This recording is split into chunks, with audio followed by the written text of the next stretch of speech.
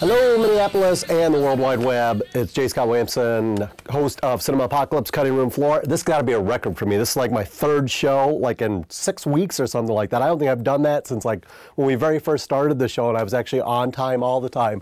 Usually I have one like, you know, every 6 months or so if I get around to it. But we're on this new schedule, my new Year's resolution, and it has at least one new show a month, so I'm going to stay on that schedule, maybe even more than that. Who knows? Ooh, wouldn't you be so lucky? Anyway, roll the clips. That's what you're watching for anyway.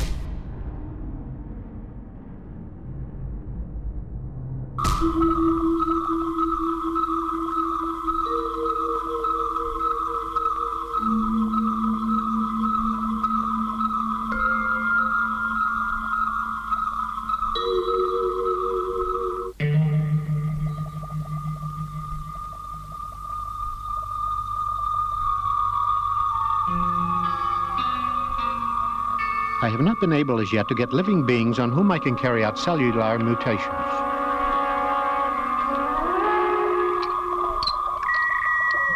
The analytic spectrum of this light is similar to that of moonlight. The photochemical action is transforming its cellular structure in successive mutations. It's a return back to the beginning, to the distant origin of the species.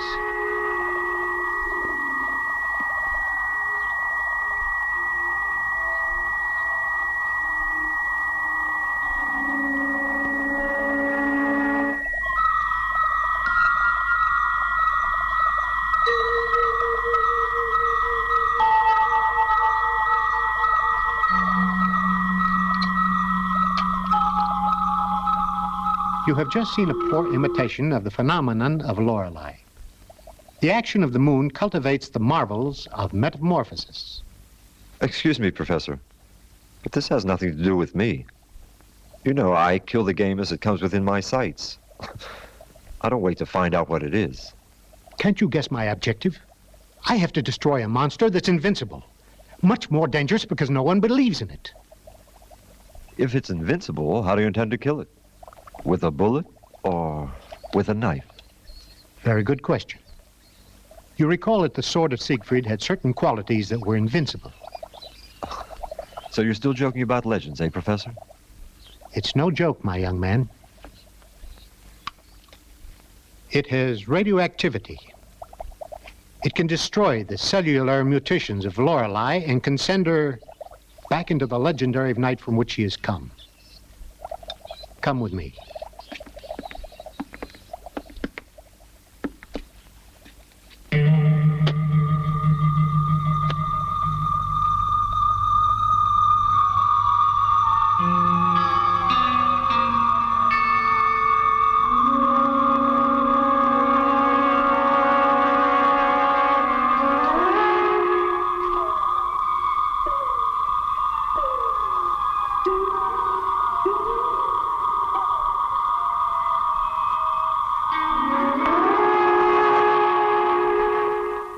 You know what we're missing? We're missing crazy monsters. That's what we're missing. Because, you know, everything has to be like a damn vampire or a mummy or a werewolf. And don't get me wrong.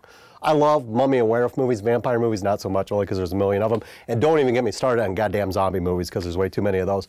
But what we really need is crazy monsters from other country, like Loreley's Grasp. It's a movie from Spain by Amando de Ossorio, and I don't know if I'm pronouncing that right, so I apologize to all my Spanish viewers. But he's the guy that directed Tombs of the Blind Dead, which rules, and I'll do like a special on that one of these days. I'm just counting down till I can watch them all in my little coffin box set, you know. But this one, it's like, hey, we need a new monster. What do we get? We'll get this fictional creature called the Loreley, which is some lizard creature that, for whatever reason, attacks, you know, girls at a girls' school, which is, if I was a lizard monster, that's probably what I would do too. And it like tears the hearts out of people, and it actually attacks other people. It doesn't just attack girls' school people, but that's where it takes place, because, you know, then you can have girls running around. No, there isn't as much nudity and stuff as you would expect. And after Tombs of the Blind Dead, I mean, there's boob shots and stuff. There's crazy lesbians running around on trains. This one, not so much. This one's more concentrated on the monster, which, like I said, is this fictional creature that comes back and has to tear out so many hearts in so many days, one of those type of things.